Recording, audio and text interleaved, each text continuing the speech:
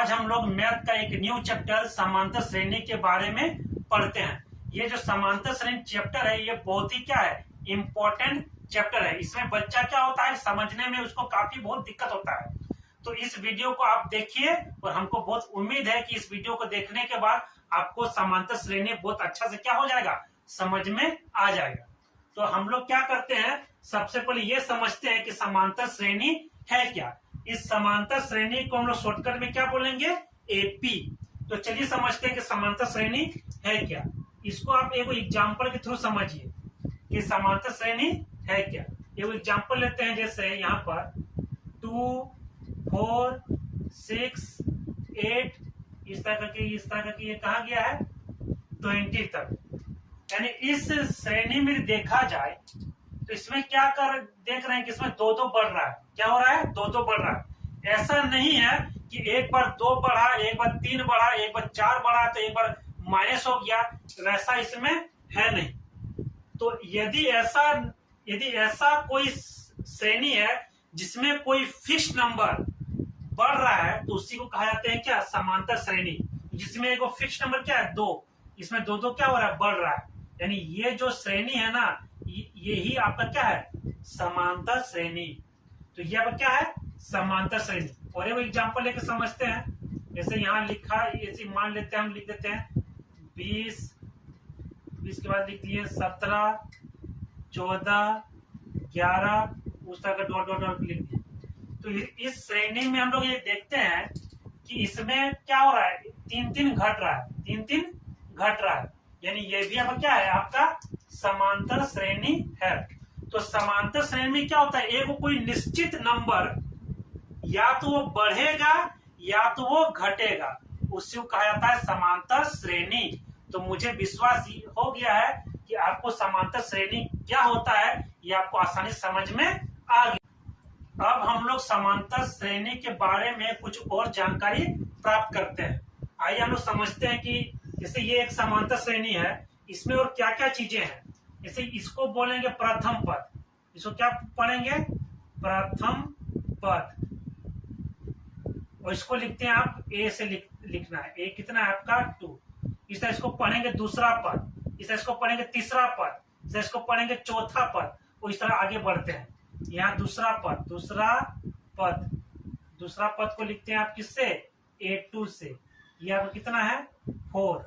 उसका तीसरा पद इसको लिखते हैं A3 से।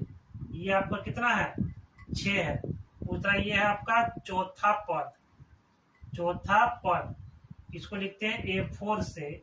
और ये आप कितना है 8। और लास्ट में जो है उसको बोलते हैं अंतिम पद। इसको पढ़ते हैं क्या, अंतिम पद। इसको लिखा जाता है AN से।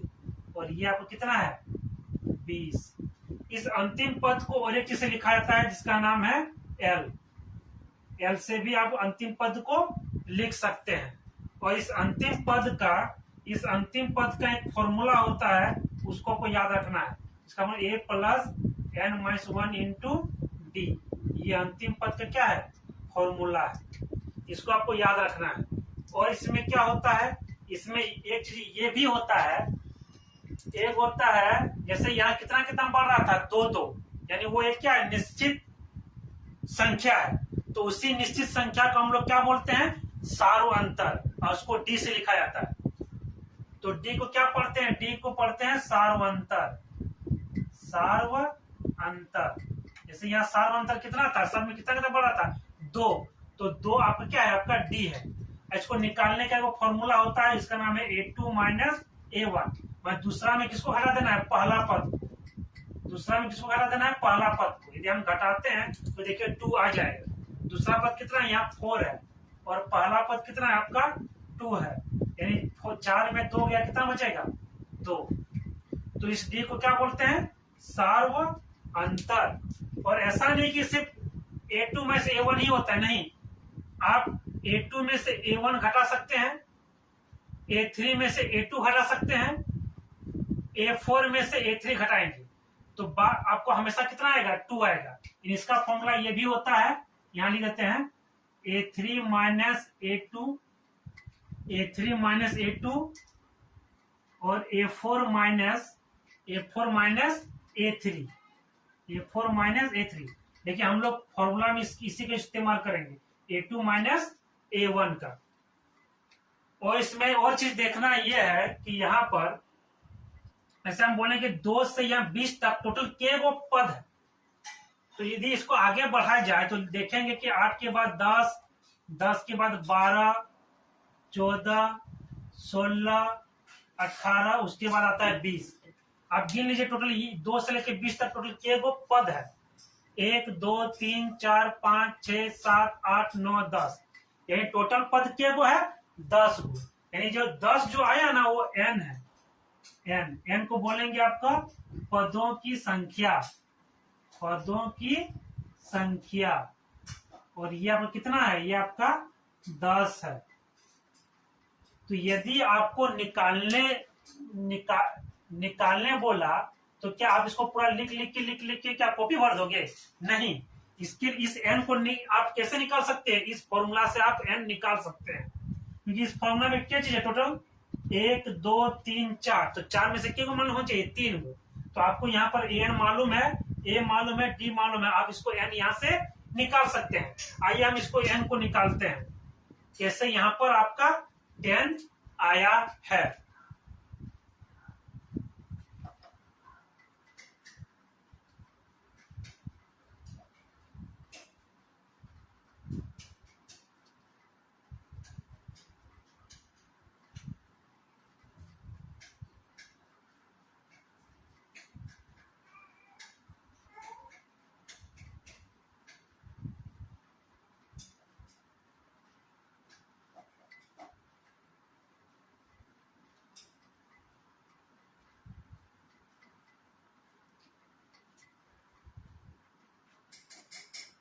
चलिए हम लोग n का वैल्यू यहाँ 10 कैसे आया वो निकालते हैं।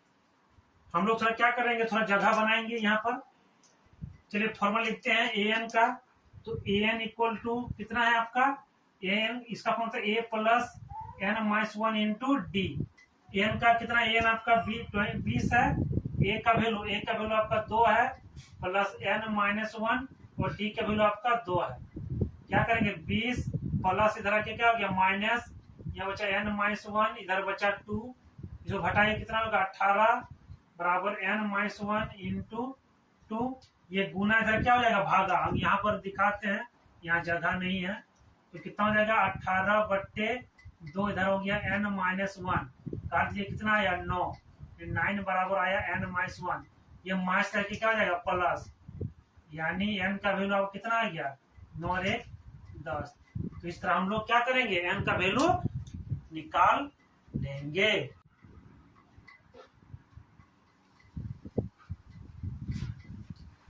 हम लोग समांतर श्रेणी में और चीजों को समझते हैं। चलिए इसको देखते हैं और इसमें क्या क्या चीजें हैं। जैसे इसको हम लोग बोले थे पहला पद, इसको क्या पढ़े थे? पहला पद। इसको हम लिखे थे ए से, कितना है आपका? 2। उसका ये कितना है? दूसरा पद, दूसरा पद। इसको लिखते हैं A2 से, ये आप कितना है? 4। दूसरा ये कितना है? तीसरा पद, तीसरा पद। ये आपका, इसको लिखते हैं A3 से, ये आपका 6 है। दूसरा ये चौथा पद, चौथा पद। इसको लिखते हैं A4 से, ये आपका कितना है? 8। तो अब इस पद का लिखने का भी एक क्या है? तरीका है। मतलब इसको और भी हम लोग लिख सकते हैं। जैसे दूसरा पद को हम लिख सकते हैं a प्लस डी, तीसरा पद को लिख सकते हैं a प्लस 2d, चौथा पद को लिख सकते हैं a प्लस 3d। हम लोग लिखे क्या है? जैसे यहाँ 4 है तो 4 में 1 घटाएं, कितना है? 3, और d को सटा दिए। उसका तीसरा में देखिए a को लिखना ही है, 3 में से 1 घटाएं, कितना आया? 2, और d को सटा दिए। उसे यहाँ 2 है तो यहाँ कितना होगा? 1। यानी कहने का मतलब ये हुआ कि यहाँ 4 है तो यहाँ 3 लिखना है और d को सटा देना है, और a को हमेशा लिखना है। तो इसी को कहा जाता है 1 घटा के और d सटा के। यानी A2 को आप लोग a प्लस डी भी लिख सकते हैं, A3 को लिख सकते हैं a प्लस 2d, और A4 को लिख सकते हैं A+3D। तो ये सब आपको क्या करना है, ध्यान देना है। यदि पद लिखा बोलेगा, पद बोलेगा, और एक इसको जो हम लिखते थे अंतिम पद, इसको क्या बोले थे, AN। ये कितना है आपका 20, ये आप कितना है 20 है। इस अंतिम पद को हम लोग और को नाम देते हैं nवां पद मतलब AN को ही हम लोग क्या बोलते हैं, nवां पद। इसको याद रखिएगा, मैंने AN का 2 नाम है, अंतिम पद भी बोलेंगे, nवां पद भी बोलेंगे। इसको और एक चीज से लिख सकते हैं, L से भी आप इसको लिख सकते हैं। और n जो है ना, n जिसको बोलते थे पदों की संख्या, n को क्या बोलते हैं, पदों की संख्या। और ये जो है ना, ये आपका धनात्मक पूर्णांक होना चाहिए, धनात्मक पूर्णांक होना चाहिए। n क्या होना चाहिए आपका, धनात्मक पूर्णांक। तो ये सब बातें हैं, और ये सब बात को आपको याद रखना है, जिससे आपको क्वेश्चन बनाते समय आपको दिक्कत नहीं होगा। और बहुत कोई पद लिखने में दिक्कत करता है बच्चा सब, जैसे यहाँ लिखा है, जैसे लिखा है तीसरा पद, क्या लिखा है यहाँ पर, तीसरा पद। तो आप इसको कैसे लिखिएगा, A3 लिखिएगा। यदि आपको बोलेगा 10वां पद, क्या बोलेगा 10वां पद, तो आप क्या लिखिएगा, इसको A10, मतलब A लिख के और जो नंबर उसको देने से ये क्या हो जाएगा, पद हो जाएगा। क्या हो जाएगा, पद। तो ये सब चीजों को आपको क्या करना है, अच्छा समझना है, ताकि आपको क्वेश्चन में दिक्कत ना हो।